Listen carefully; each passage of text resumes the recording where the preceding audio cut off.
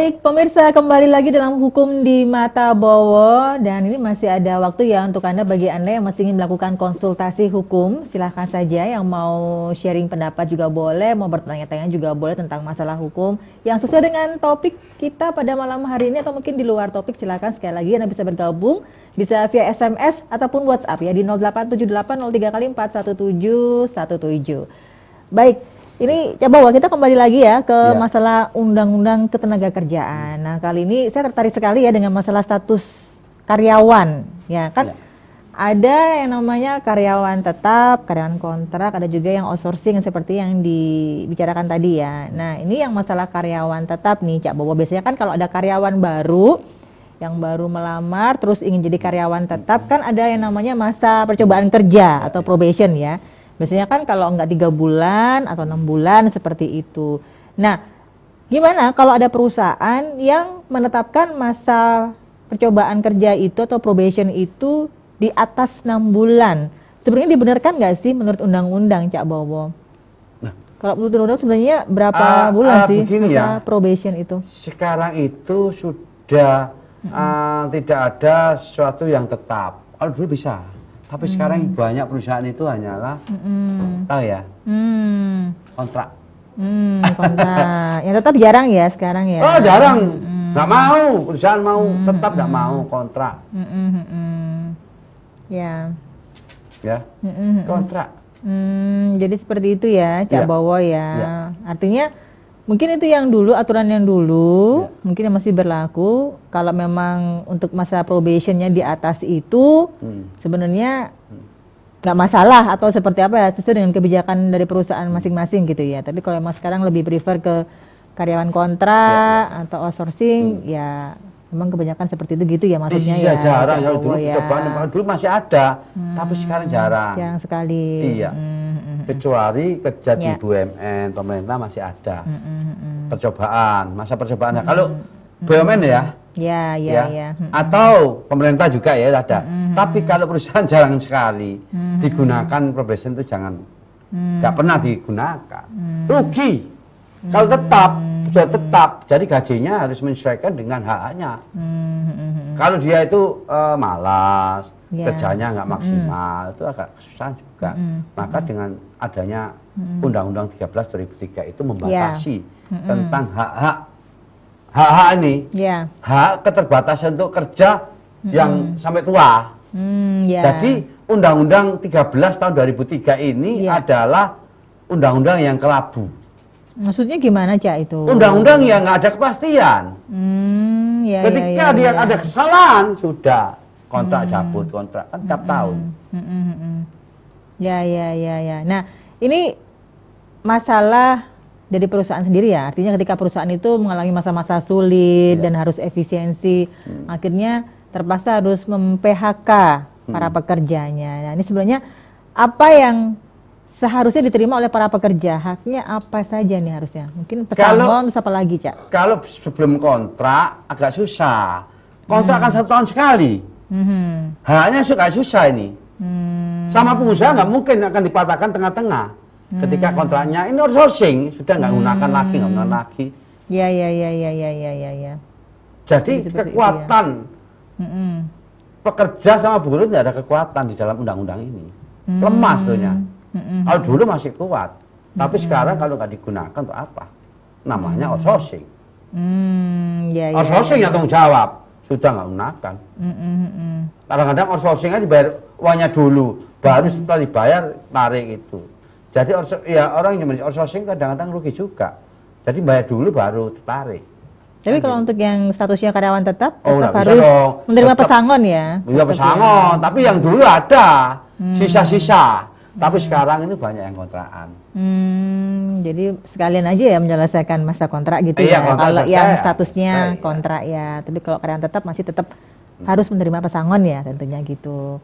Nah, ini kalau untuk perusahaan-perusahaan yang mengalami pilot atau kebangkrutan gitu ya. Ini Cak Bowo, ini kita balik ya, mungkin bukan di ranah yang itu karyawan kontrak ya. Kalau mungkin karyawan kontrak mungkin ya tetap sudah mungkin diputus ya. Kalau Putus, karyawan tetap, nah ini yang itu didahulukan. itu gimana? Didahulukan dulu, dibayar dulu. Penyelesaiannya secara hukum, Iya, dibayar dulu daripada ya. bank-bank lain ini diselesaikan secara hukum, baru selesai, baru yang lainnya. Tapi kalau sudah nggak punya aset lagi gimana Cak Bowo?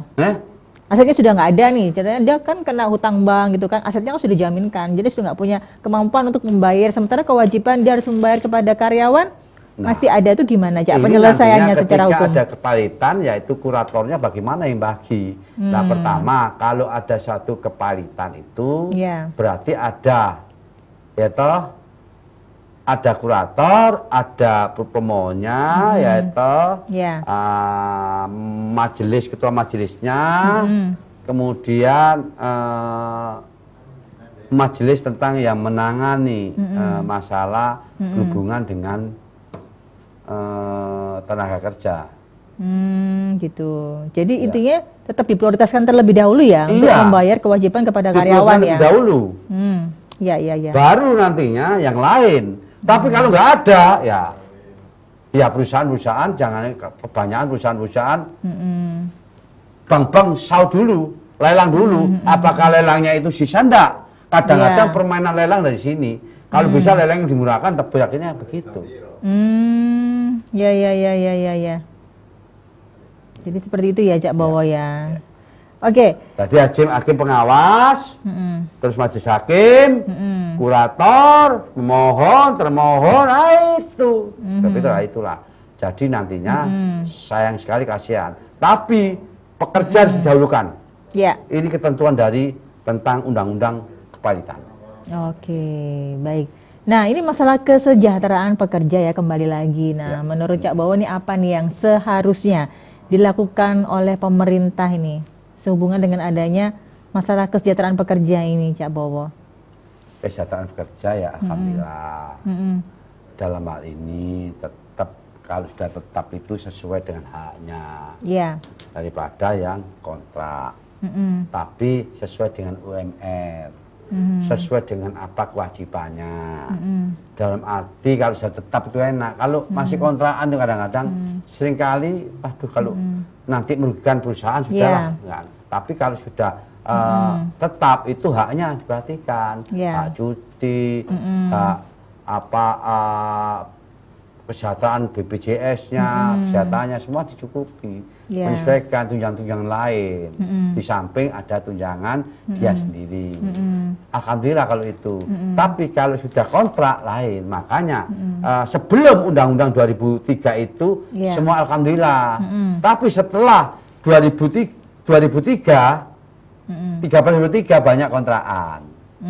Sekarang nggak ada yang tetap, itu sudah lama. 2003 berarti sudah pensiun semua. Kalau sekarang 2003 kan berarti berapa tahun? 15 tahun. Berarti kelihatannya sudah mau habis semua nih. Jadi yang seharusnya dilakukan oleh pemerintah menetapkan regulasi baru atau gimana? Undang-undangnya belum ada berhubungan dengan DMK kan lah. Ya, pasal 56, 57 belum ada MK yang jadi sementara itu masih menggunakan undang-undang yang berlaku dulu aja ya. Undang-undang ini kecuali ada, nggak usah DMK kan, yang penting undang-undang ini kalau merubah ya gantilah dengan perpu kan gitu. Ketika apa hierarki tentang aturan, yaitu pertama pembukaan Undang-Undang Dasar 45 kan gitu, TAP MPR, undang-undang, perpu ya, terus peraturan pemerintah, terus Inpres dan sebagainya, sampai perda provinsi, perda kabupaten. Aturan hierarki sesuai dengan Undang-Undang 12 tahun 2011. Demikian, Pak. Oke, Cak Bowo, apa yang ingin disampaikan Cak Bowo nih, mungkin kepada para pekerja dan juga kepada pihak pengusaha? Apa nih? Tiga-tiga dong. Sama pemerintah juga ya? Iya dong. Pastinya. Jadi ini adalah closingnya ya. Oleh karena setelah adanya suatu hari buruh ini harus adanya ketiga-tiga, baik pekerja, pengusaha maupun pemerintah ini harus memang sinergi. Sehingga ketika ada apa-apa haruslah ada koordinasi itu membentuk suatu sikap, suatu kebijaksanaan, sehingga tidak melindungi hanya pengusaha, tapi pekerja dilindungi. Semua harus dirangkul sehingga apa? Sehingga menentukan suatu apa menjadi kebersamaan. Yaitu mencapai suatu yaitu supaya ada hal-hal sifatnya perusahaan jalan, pekerjanya jalan, pemerintah juga memberikan solusi-solusi. Ketika adanya konflik antara pekerja dengan pengusaha adalah yang menengahi, yang mengkoordinasi adalah pemerintah, baik pemerintah provinsi yaitu gubernur, baik pemerintah daerah yaitu bupati atau kota. Inilah menjadi salah satu solusi yang terbaik di antara baik. Jalan-jalan yang terbaik itu adalah ketika ada persoalan, gunakan musyawarah mufakat. Itu adalah yang terbaik di antara terbaik. Karena itu apa? Karena ini adalah merupakan filosofis dari Pancasila. Begitu. Cakep dong. Cakep pastinya. Oke, terima kasih sekali ya untuk edukasinya pada malam hari ini, Cak Bowo. Semoga apa yang kita bahas pada malam hari ini juga bisa memberikan manfaat tentunya. Terima kasih. Assalamualaikum. Oke, pemirsa, demikian Hukum di Mata Bowo untuk edisi kali ini. Saya Faryame beserta seluruh kerabat kerja yang bertugas mengucapkan terima kasih atas kebersamaan Anda. Kita ketemu lagi minggu depan. Salam Surabaya TV.